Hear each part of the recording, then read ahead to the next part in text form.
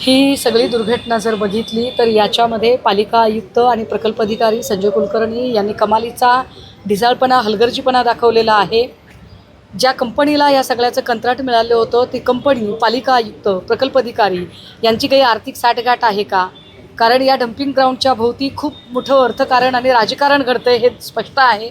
पण या अर्थकारण आणि राजकारणाचे बळी 9 अतिशय आर्थिक विपन्नावस्थेतले लोक गेलेले आहेत. या अतिशय आर्थिक विपन्नावस्थेत असणाऱ्या त्या 9 लोकांच्या कुटुंबियांना आम्ही भेटलो, त्यांच्याकडनं काही बाबी समजून घेतल्या. या प्रत्येकाच्या मनात एक संताप आहे, चीड आहे, आक्रोश आहे.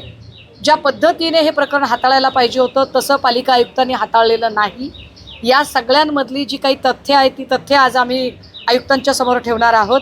आणि पिंपरी चिंचवड मनपा आयुक्त सूर्यवंशी, प्रकल्प अधिकारी संजय सूर्यवंशी, अँटोनी कंपनी आणि त्यांच्यासोबतचे लोक, या सगळ्यांना सदोष मनुष्यवधाचा गुन्हा यांच्यावर दाखल झाला पाहिजे, तात्काळ निलंबन झालं पाहिजे आणि या सगळ्या प्रकरणाची चौकशी करणारी समिती बसली पाहिजे.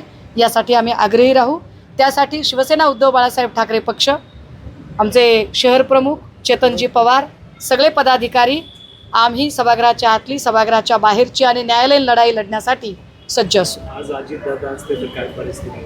एक्झॅक्टली. आम्ही दादांना आज फार दादांची आठवण येते. कारण आज जर दादा असते तर दादा स्वतः घटना घडल्यापासून 2 तासाच्या आत इथे हजर राहिले असते. मागच्या पावसामध्ये एक पूल पडला होता. दादा पहाटे सगळ्यात आधी त्या पुलाच्या जवळ होते.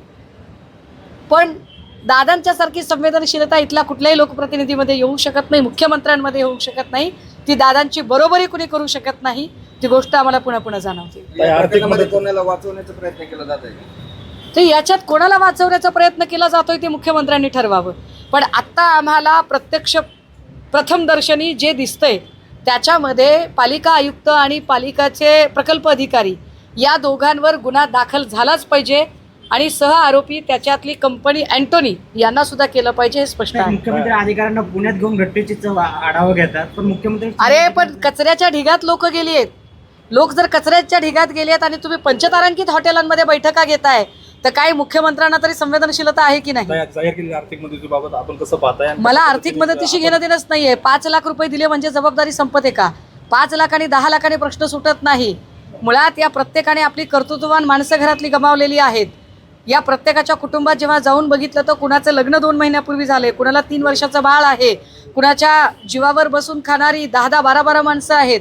त्यामुळे या कुटुंबाचं पुढे काय, हा सगळाच विषय महत्त्वाचा आहे आणि त्या सगळ्यांवर आम्ही बैजवार चर्चा करू.